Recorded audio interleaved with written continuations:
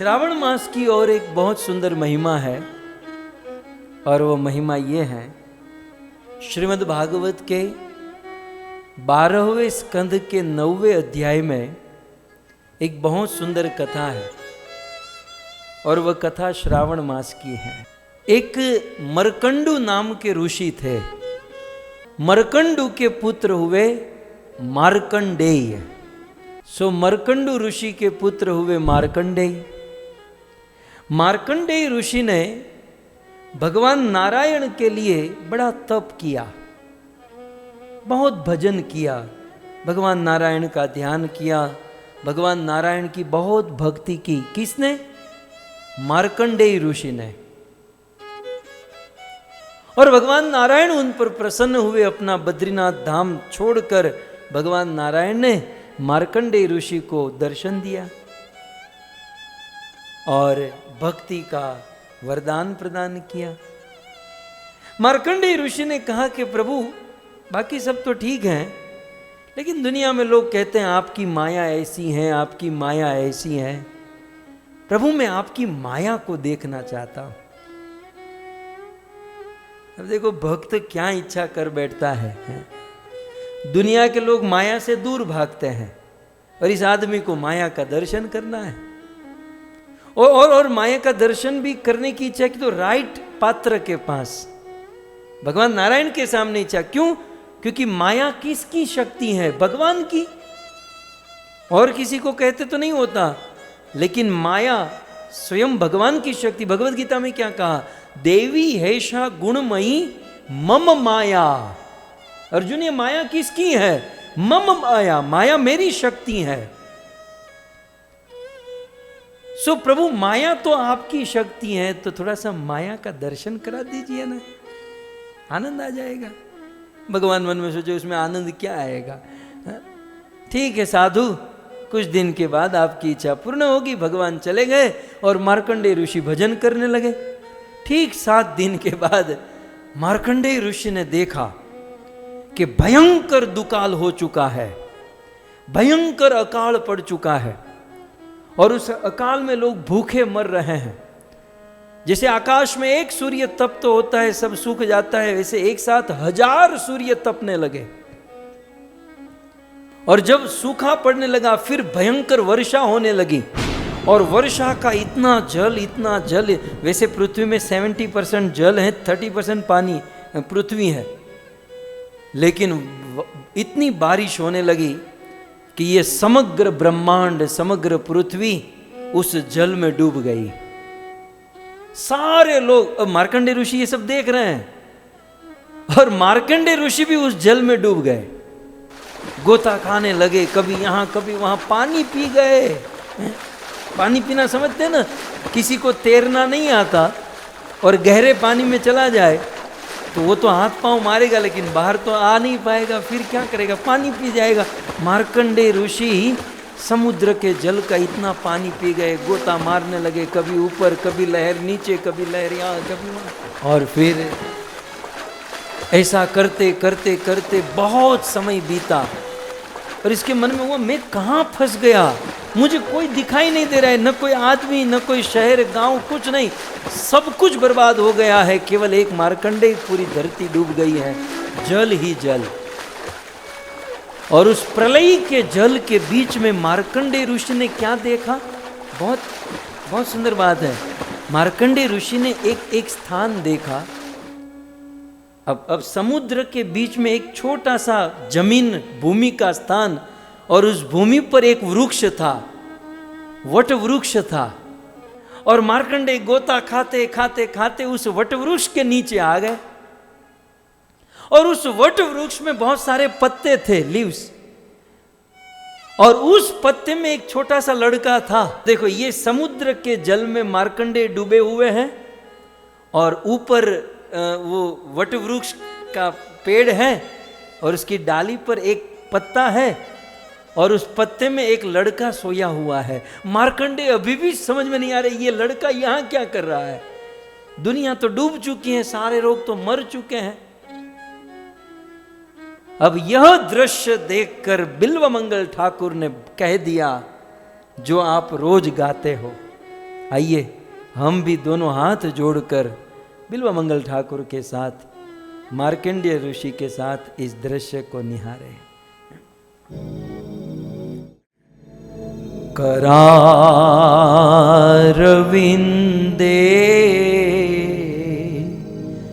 न पदारविंदम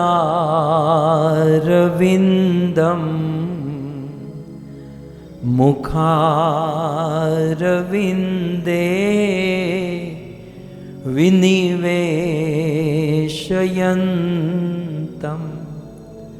वटस्य पत्रस्य पुटे शयानं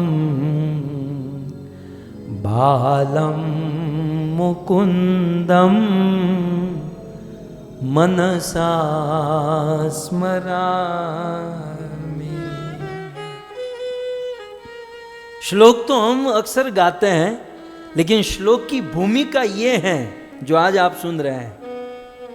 प्रलय के जल में जब सब कुछ बर्बाद हो चुका था तो मार्कंडेय ऋषि ने एक पेड़ देखा और उस पेड़ के पत्ते पर एक लड़के को देखा। और दृश्य क्या था श्लोक में आप देखिए, श्लोक उस दृश्य का बयान कर रहा है, बहुत सुंदर। भक्तों, ऐसा योग तो फिजिकल कथा में भी नहीं मिलता, जो आप घर बैठे हैं, एक फोटो भी है, श्लोक भी है, वक्ता भी है, संगीत भी बज रहा है और आनंद ही आनंद है। कहाँ ये सब मिलता है और हम लोग ये सब लाभ ले रहे हैं। मुझे भी जब ये दृश्य, ये फोटो, ये छवि देखते हैं तो भाव आता है। अब देखिए, करार विंदे शब्द को समझिए। करार विंदे, कर अरविंद, अरविंद माने कमल, कर माने हाथ। तो करार विंद माने हस्त कमल, ठीक है। करार विंद माने क्या? हस्त कमल। लेकिन यहां पर विभक्ति कौन सी लगी है? करार विंदे न शब्द एक्स्ट्रा ऐड किया गया है। तो करार विंद माने कर कमल, कमल जैसे कोमल, सॉफ्ट, मुलायम हाथ जिस कृष्ण के हैं। तो करार विंद माने कर कमल, परंतु करार विंदे न, इसका अर्थ क्या हुआ? अपने कर कमलों से। ये जो विभक्ति है, कर कमलों से। सो करार विंद माने कर कमल, लेकिन करार विंदे न माने कर कमलों से। ठीक है, समझ में आ गया? ये आपका अपना श्लोक है ना, आप रोज गाते हैं, लेकिन इसका अर्थ, भाव, मूड, भूमिका, ये सब। सो करार विंद माने कर कमल, करार विंदे न कर कमलों से। तो अपने कर कमल माने कमल जैसे हाथों से क्या कर रहे हैं? तो पदार विंदम। अब यहां पर वो विभक्ति नहीं है। इसका अर्थ क्या है कि अपने कर कमलों से, कमल के समान सॉफ्ट, मुलायम, कोमल जैसे हाथों से, पादार विंदम, अपने पद, कैसे पद हैं? अरविंदम, कमल जैसे सॉफ्ट पग को, कमल जैसे सॉफ्ट चरणों को पकड़ लिया है। करार विंदे न कर कमलों से, पादार विंदम, अपने पादार विंद को, अपने चरणों को पकड़ लिया है। हम लोग करके देखेंगे, योगा जो करते हैं ना वो तो कर पाएंगे, बाकी तो फंस जाएंगे। 2 लोगों को आना पड़ेगा कि इसको छुड़ाओ। तो अपने हाथों से पांव को पकड़ लिया, और पांव को पकड़कर क्या किया? मुखार विंदे, हाथों से पद कमल को पकड़कर उसे मुख के पास लेकर आ गए। फोटो में देख सकते हैं। और वो मार्कंडेय बेचारे कई सालों से डूब रहे थे और ऐसे करके देख रहे हैं कि भाई ये है क्या। तो फिर से, करार विंदे, अपने कर कमलों से, पादार विंदम, अपने चरण कमलों को, मुखार विंदे, अब मुख भी अरविंद, सब जगह अरविंद अरविंद अरविंद माने कमल कमल कमल। तो कमल जैसे मुख के पास अपने चरण को लेकर आए, कर से पांव को मुख के पास लेकर आए, और फिर क्या किया? विनिवेश यंतम, विनिवेश माने प्रवेश करा दिया, माने अपने चरण के अंगूठे को अपने मुख में रख दिया। ये केवल देखो करो मत। बच्चे कर सकते, बड़े करेंगे तो कमर का मणका खस जाएगा। तो करार विंदे पादार विंदम मुखार विंदे विनिवेश यंतम, अपने मुख में पांव के अंगूठे को रख लिया। वटस्य पत्रस्य पूटे शयानम, उस वट वृक्ष के पत्र के ऊपर शयानम सोते हुए बाल मुकुंद का जो स्वरूप है, मनसा स्मरामी, सदा सदा के लिए मेरे मन में स्मरण होता रहे। मैं ईश्वर से यही आशीर्वाद मांगता हूं, यही कामना करता हूं। सो भक्तों, मार्कंडेय ऋषि ने इस प्रकार से इस दृश्य को देखा, और जब ये दृश्य देखा फिर तो वो पेड़ पकड़ लिए, और फिर भगवान ने कहा यहाँ क्या कर रहा है, और भी सारी चर्चा हुई। और फिर भगवान ने कहा कि कुछ दिन पहले मैंने तुझे दर्शन दिया था ना, तो तूने ही कहा था मुझे माया देखनी है। ये माया, अरे प्रभु ये माया बंद करो, मुझे माया नहीं देखनी है। तो जैसे तैसे भगवान ने वो सब जो ये समुद्र, ये प्रलय जो भी था, वो सब कुछ बंद कर दिया और नॉर्मल कंडीशन में आ गए। इन शॉर्ट, ये जो भी था अभी मैंने वर्णन किया, प्रलय होना, बारिश होना, ब्रह्मांड का डूबना, ये सब कुछ समय के लिए भगवान ने माया का दर्शन कराया था, और उसमें मार्कंडेय ऋषि ने भगवान को देखा। ये कथा श्रीमद् भागवत में ही है। पता नहीं कोई कथाकार क्यों इस प्रकार से नहीं वर्णन करते हैं, बताते हैं, लेकिन भागवत में ये कथा है। लेकिन श्रावण मास यहाँ कहाँ है? अब सुनिए, श्रावण मास और शिव जी की एंट्री। तो अब इस प्रकार से करार विंदे पादार विंदम ये सब दर्शन हो गया, और फिर मार्कंडेय ऋषि अपने नॉर्मल कंडीशन में आ गए। वो जहाँ रहते थे वहीं पर अपने कुटिया में भजन साधन करने लगे। फिर श्रीमद् भागवत के 12वें स्कंद के 10वें अध्याय में एक कथा है कि मार्कंडेय ऋषि बैठे थे, भजन कर रहे थे। अभी अभी ये सब करार विंदे होकर आए थे, समुद्र प्रलय दर्शन करके। उसी समय आकाश के मार्ग से सूत गोस्वामी कहते हैं, हम श्लोकों के साथ आस्वादन करें। श्री सूत उवाच, श्री सूत गोस्वामी कहते हैं कि मार्कंडेय ऋषि बैठे थे, और उसी समय तमेव निभृतात्मनम वृषेण दिवि पर्यटन। वृषभ माने वो नंदी बैल, तो नंदी बैल के ऊपर बैठकर दिवि पर्यटन, दिशाओं में पर्यटन कर रहे थे। कौन? रुद्राणिया, रुद्राणी माने रुद्र की पत्नी, ब्रह्मा की पत्नी ब्रह्माणी, वैसे रुद्र की पत्नी रुद्राणी। तो नंदी बैल के ऊपर बैठकर कौन कौन विचरण कर रहा था? बोले रुद्राणी, और फिर दूसरे भगवान रुद्र, और तीसरे स्वगणे वृतः, और साथ ही साथ रुद्र के शिव जी के गण भी थे। तो भूमिका इस प्रकार से है कि आकाश के मार्ग से शिव जी, पार्वती नंदी पर बैठे हैं, और शिव जी के गण उनके साथ हैं, और ये सब दिव्य पर्यटन, दिशाओं में पर्यटन। आपकी जानकारी के लिए, ये शिव जी पार्वती के साथ, रुद्र गणों के साथ रोज विचरण करते हैं संध्या के समय में। तो ये विचरण कर रहे थे, और विचरण करते करते देवी पार्वती ने ददर्श देखा, किसको? मार्कंडेय ऋषि को, जो भजन कर रहे थे, हरे कृष्णा कृष्णा कृष्णा हरे हरे, हरे राम राम राम हरे हरे। इस प्रकार से निरंतर भजन, क्योंकि भगवान की लीला को देख ही चुके थे, भगवान का वो बाल स्वरूप भी देख चुके थे, तो पूर्ण हरि भक्ति में, हरि भजन में। ये कथा मैं आपको क्यों सुना रहा हूं? पहले कथा का मोरल ऑफ द स्टोरी, बाद में मैं बह जाऊंगा, मुझे याद रहेगा नहीं। भागवत की अनेकों कथा सुनी, लेकिन कहीं हम भ्रम में न रहे, गलती न करें। प्रायः 99% लोग शिव जी की भक्ति इसलिए करते हैं ताकि संसार की भौतिक वस्तु मिल जाए, गाड़ी बंगला जॉब नौकरी ये वो, केवल भौतिक चीज के लिए शिव जी की उपासना करते हैं।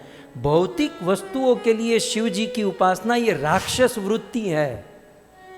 आप इतिहास के पत्ते पलट कर देखिए, शिव जी की उपासना रावण ने भी की ना। शिव जी की उपासना हिरण्यकशिपु, शिव जी की उपासना अनेकों असुरों ने की। किसके लिए? भौतिक चीज प्राप्त करने के लिए। तो हम और आप शिव जी को माने, शिव जी को पूजे, शिव जी की उपासना करें, शिव जी की आराधना करें, लेकिन किस उद्देश्य से? क्या शिव जी से मांगना चाहिए? और शिव जी किससे प्रेम करते हैं? रावण शिव जी का भगत था, याद रखिएगा। रावण शिव जी का बहुत बड़ा भगत था, लेकिन शिव जी रावण से प्रेम नहीं करते थे। यदि प्रेम करते होते तो रावण को बचा लिए होते। तो दो चीज है, शिव जी से क्या मांगना चाहिए और दूसरा शिव जी किससे प्रेम करते हैं। ये इस स्टोरी का मोरल है जो भागवत में बताया गया है। अब पार्वती, शिव जी, गण ये सब आकाश से जा रहे थे, नीचे वो साधु भजन कर रहा था। अब माँ तो माँ होती है ना, माता की दृष्टि गई तो माँ पार्वती ने कहा, पतिदेव ये साधु भजन कर रहा है, ये विष्णु कृष्ण का भजन कर रहा है, मुझे तो दया आ रही है, ये बहुत तपस्या करके अपने शरीर को सुखा दिया है, पतिदेव इनको कुछ दे दो आप, इनके ऊपर कुछ कृपा करो, इनको कुछ तो देना चाहिए। अब देखो, अब ये लोग जा रहे थे, रास्ते में केवल उस मार्कंडेय ऋषि को देखा। पार्वती ने कहा कि इसको कुछ दे दो आप। तब शिव जी क्या कहते हैं, इसका उत्तर शिव जी देते हैं। जब पार्वती ने कहा कि दे दो, तो श्री भगवान उवाच, यहां भगवान शिव जी को कहा गया। क्या कहते हैं शिव जी? शिव जी कहते हैं, नवेच्छन्त्याशिषः क्वापि ब्रह्मर्षि मोक्ष अपि युत भक्तिम पराम भगवती लब्धवान पुरुषे व्यये। कितनी बड़ी बात। शिव जी को डंके की चोट पर विश्वास है, शिव जी को 100,000% कॉन्फिडेंस है। जब पार्वती ने कहा कि साधु को कुछ दे दो, तो शिव जी क्या कहते हैं, न एव इच्छन देवी, तुम कहोगे तो मैं उसके पास जाऊंगा और दूंगा, लेकिन तुम देख लेना कि ये मेरे से कुछ नहीं मांगेगा। न एव इच्छन, आशीष, वो मेरे से कुछ नहीं मांगेगा। तो पार्वती ने कहा मोक्ष तो मांग सकता है ना, चलो भौतिक वस्तु न मांगे, मोक्ष तो मांग सकते हैं। तब शिव जी कहते हैं, ब्रह्मर्षि मोक्ष वाप्युत, ये मुक्ति भी नहीं मांगेगा। हरि ना जन तो मुक्ति न मांगे, ए जन्मो जन्म अवतार रे, भूतल भक्ति पदार्थ मोटू, भूतल भक्ति पदार्थ मोटू, स्वर्ग लोक मां नाही रे, भूतल भक्ति पदार्थ। नरसिंह मेहता ने कहा, हरि ना जन तो मुक्ति न मांगे। हरि के भक्त जो होते हैं वो तो मुक्ति हमारी दासी है। नरसिंह मेहता तो मुक्ति तो हमारी दासी, हमारे घर में पानी बरकती है, पोछा मारती है, मुक्ति क्या है? हरिना भक्तो मुक्ति न मांगे जन्म जन्म अवतार, केम? ઠાકુરજીની સેવા કરવા માટે, નિત્ય સેવા, નિત્ય ઉત્સવ અને નિરખવા નંદ કુમાર રે, ભૂતળ ભક્તિ પદાર્થ મોટું, ये तो ब्रह्म लोक मां स्वर्ग लोक मां नहीं। सो यहां पर शिव जी कहते हैं ये आदमी कुछ मांगेगा नहीं। पार्वती ने कहा कि दुनिया के लोग तो भीख मांगते रहते हैं, ओम जय जगदीश हरे, सुख संपत्ति घर आवे, कष्ट मिटे तन का, तो ये कुछ मांगेगा नहीं। क्यों? आखिर क्यों ये आदमी कुछ मांगेगा, क्यों नहीं मांगेगा? तब दूसरी लाइन में शिव जी उत्तर देते हैं, क्यों? क्योंकि भक्तिम पराम भगवती, ये मेरा भगत नहीं है, ये विष्णु का भगत है, ये नारायण का भगत है, ये कृष्ण का भगत है। शिव जी कहते हैं मेरे भगत ही भीख मांगते हैं, लेकिन कृष्ण के भगत भीख नहीं मांगते, इसलिए कहते हैं भक्तिम पराम भगवती, इसकी भगवान में परा भक्ति है, उत्तमा भक्ति है, केवला भक्ति है, निष्काम भक्ति है। और लब्धवान पुरुषे व्यये, ये भगवान की परा भक्ति, शुद्ध भक्ति प्राप्त कर चुका है। तो देवी ये कुछ मांगेगा नहीं। अब ये आकाश में, अभी तो आकाश में ही खड़े हैं, नंदी को ब्रेक मार के खड़े हैं, वो गियर न्यूट्रल में ले लिया है और नंदी खड़ा है और ऊपर ऊपर से ऐसे बात कर रहे हैं कि ये कुछ लेगा नहीं। पार्वती कहती लेगा, मतलब ये नहीं लेगा, ये साधु है, ये मुक्ति भी नहीं लेगा। तो शिव जी आगे क्या कहते हैं, बहुत अच्छी बात है। शिव जी कहते हैं ये लेगा नहीं, अथापि फिर भी, ये आदमी कुछ लेने वाला नहीं है, फिर भी संवादिष्यामो, मैं नीचे उतरूंगा और इस साधु से संवाद करूंगा। क्यों? क्योंकि भवती एतेन साधुना, क्योंकि इस प्रकार से साधु के साथ संवाद करना, किसी विष्णु राम या कृष्ण के भक्त से मिलना, अयम ही परमो लाभो, ये तो बहुत बड़ा लाभ है, ये तो दुनिया का सबसे बड़ा लाभ है। अयम ही परमो लाभो नृणाम साधु समागम, इस दुनिया में मनुष्य के लिए साधुओं का समागम, सत्संग, ये परम लाभ है। इसलिए देवी ये मांगने वाला नहीं है, फिर भी मैं इसके पास जाऊंगा, क्योंकि साधु के साथ मिलना, उनका दर्शन करना, ये परम लाभ है।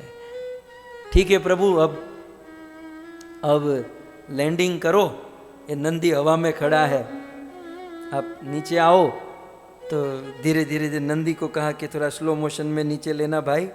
तो धीरे धीरे नंदी ने, मारे तमने બધું કહેવાનું ને, तो आ બધું नीचे धीमे धीमे લીધું। शिव जी के गण भी धीरे धीरे नीचे आए। वो साधु मार्कंडेय ऋषि बैठे हैं, अभी बेचारे प्रलय में से जोर का झटका लगा है, बाहर आए हैं, वटस्य पटस्य पुटे शयानम करके हरे कृष्ण कर रहे हैं। और शिव जी उनके सामने खड़े हैं और ये साधु आंखें बंद करके हरे कृष्ण कृष्ण कृष्ण हरे हरे, हरे राम राम राम हरे हरे, इस प्रकार से आंखें बंद करते हुए भगवान के इस मंत्र का, इस शब्दों का निरंतर ध्यान कर रहा है। शिव जी पार्वती को कहते, देखा ना, ये हमारे सामने भी नहीं देख रहा है, चलो वापस जा। पार्वती ने कहा नहीं, रुको, वो जागेगा अभी। आधा घंटा, पौना घंटा, 1 घंटा, लेकिन ये साधु की आंख ही नहीं खुली, वो तो हरे कृष्ण में ही है। तब शिव जी ने क्या किया, वो आंखें बंद करके भगवान का नाम ले रहे थे मार्कंडेय ऋषि।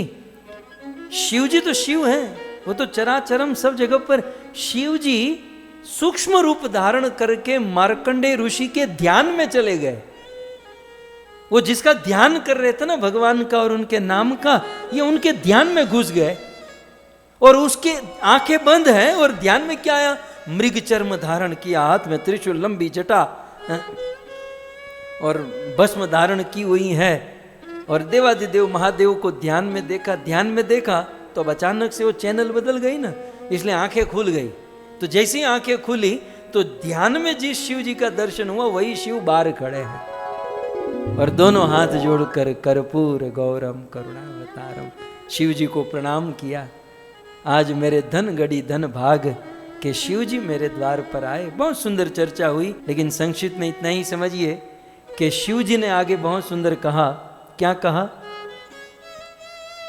शिव जी ने कहा कि देखो, वरम वृणीष्व नः कामम,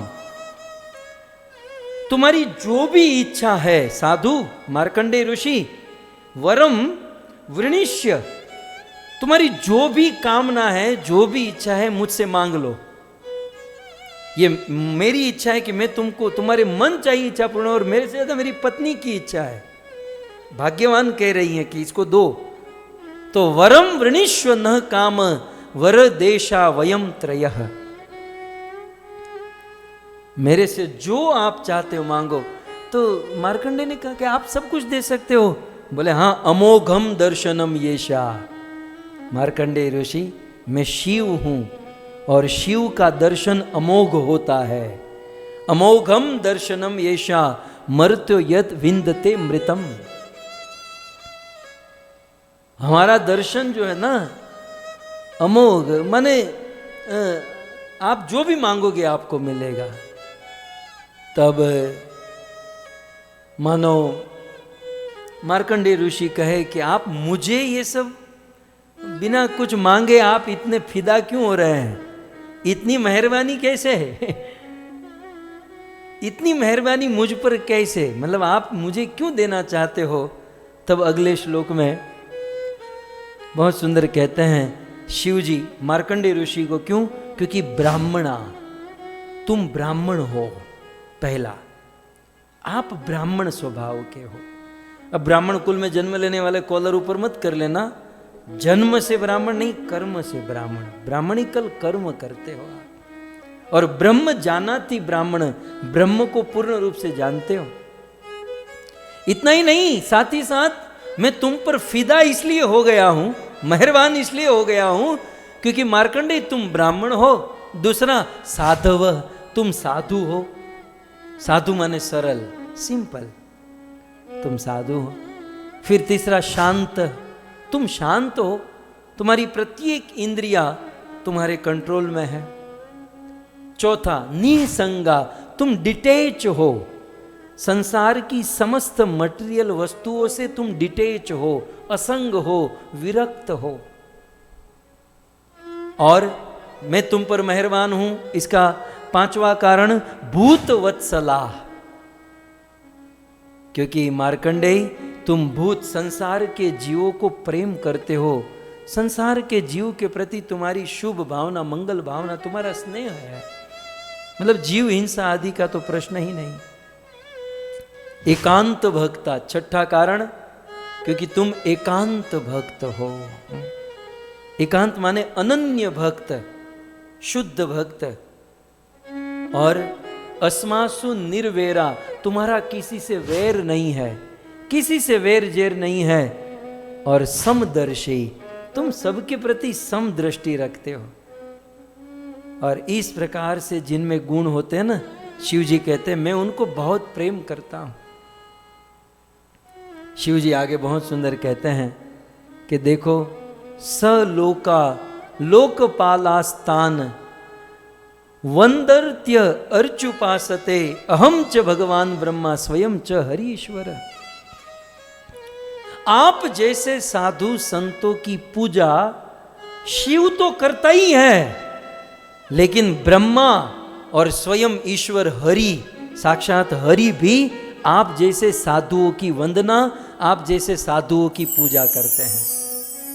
अहम च भगवान ब्रह्मा, मैं भगवान ब्रह्मा और स्वयं हरि ईश्वर भी आप जैसे साधुओं की वंदना और पूजा करते हैं। और इतना ही नहीं, बहुत बड़ी बात शिव जी ने कह दी, बहुत बड़ी बात। कहते हैं नहीं अपमयानी तीर्थानी, जहां पर पवित्र जल हो वही तीर्थ नहीं है। गंगा गए, यमुना गए, यहां नहाए, वो नहाए, केवल जहां पर जल होता है, पवित्र जल, पवित्र कुंड, नदी, सरोवर, वही तीर्थ नहीं है। और न चेतन उज्जिता, और जहां पर देवों की, भगवान की मूर्ति होती है, वही स्थान पवित्र नहीं है। केवल तीर्थ ही पवित्र नहीं है और केवल मूर्ति और मंदिर ही पवित्र नहीं है। मैं तो कहता हूं ये तीर्थों में तो जाना पड़ता है और स्नान करना पड़ता है, तब जाकर कोई पवित्र होता है। देवालय में, मंदिर में जाना पड़ता है, पूजा करनी पड़ती है, तब कोई पवित्र होता है। लेकिन दूसरी लाइन में कहते हैं कि न पुनन्त्युरु काले न यूयम दर्शन मात्रतः। लेकिन आप जैसे साधुओं का केवल दर्शन हो जाए ना, आदमी पवित्र हो जाता है। गंगा में तो जाना पड़ता है, यमुना जाना पड़ता है, तीर्थों में जाना पड़ता है, लेकिन साधु का दर्शन कहीं भी हो जाए, दर्शन करने मात्र से हमारे अंदर पवित्रता आ जाती है।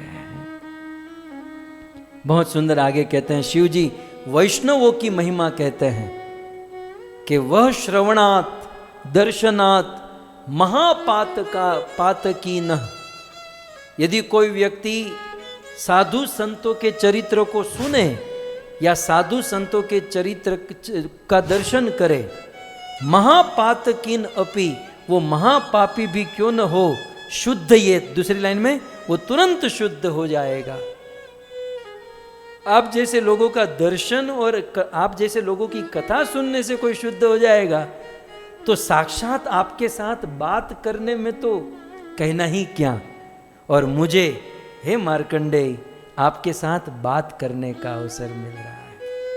शिव जी ने, वैष्णव की, शिव जी को संत राम और कृष्ण के भक्त बहुत प्रिय है, बहुत प्रिय है। और शिव जी ने कहा कि मांगो मार्कंडेय, मांगो, तुम्हें जो चाहिए वह मांगो। मार्कंडेय ने कहा मुझे कुछ नहीं चाहिए, अभी अभी मैंने पिछली बार मांगा था तो परेशान हो गया, वो प्रलय में चला गया और फिर क्या क्या कितना पानी पी गया, अब भाई मुझे कुछ नहीं चाहिए, मुझे भजन करने दो। शिव जी ने कहा नहीं, मांगो, कुछ तो मांगो, ये मेरी पत्नी कह रही है, मैं आया हूं। तब देखिए, शिव जी से मांगना है तो क्या मांगना चाहिए, सीखिए इस साधु से, मार्कंडेय ऋषि से सीखिए। क्या शिव जी से क्या मांगते हैं? श्रीमद् भागवतम 12वां स्कंध और 10वां अध्याय और 35वें श्लोक में मार्कंडेय ऋषि मांगते हैं, कहते हैं, वर में कम वृणे थापि पूर्ण कामाभिवर्षणा भगवत्युच्युतां भक्तिं तत्पुरेषु तथा त्वयि। हे महादेव, यदि आपको देना ही है तो वरम एकम, मुझे एक वरदान दे दीजिए। क्या वरदान चाहिए? मुझे एक ही वरदान चाहिए कि पूर्णात काम, मेरे हृदय की कामना परिपूर्ण हो। बोले क्या कामना है? बोलो बोलो। अभिवर्षणात्, आप मेरे ऊपर कृपा की वर्षा करो। बोले बोलो तो सही, क्या कृपा की वर्षा, कौन सी कामना पूर्ण करनी है? तो दूसरी लाइन में कहते हैं, भगवती अच्युता, भगवान अच्युत माने भगवान विष्णु, भगवान नारायण कृष्ण, भगवती अच्युताम भक्ति, हे शिव जी आप मुझ पर कृपा की वर्षा करो कि मेरी अच्युत भगवान श्री कृष्ण में भक्ति हो जाए, एक। और दूसरा, तत्पुरेषु तथा त्वयि, और जैसी मेरी भगवान कृष्ण में भक्ति हो वैसे ही भक्ति तत्परेषु, उनके भक्तों में भी हो जाए। तो भगवान कृष्ण और उनके भक्तों में मेरी भक्ति हो जाए, आप मुझे ऐसा आशीर्वाद दे दो। जब इतना सुने, देवादिदेव महादेव प्रसन्न हो गए और प्रसन्न होकर वह आशीर्वाद दे दिए, और आशीर्वाद देकर महादेव चले गए और ये भक्ति से भर गए। ये संवाद शिवजी और मार्कंडेय ऋषि की ये कथा श्रावण मास में घटी थी। इसी श्रावण मास में शिवजी ने मार्कंडेय ऋषि को भक्ति का वरदान दिया था। हम और आप इस श्रावण मास में शिव जी की कथा सुनेंगे, शिव जी का गुणगान सुनेंगे, उनकी पूजा आराधना करेंगे, तो उनकी कृपा से हमें भी भगवान राम, कृष्ण, विष्णु, भगवान नारायण की भक्ति प्राप्त हो सकती है।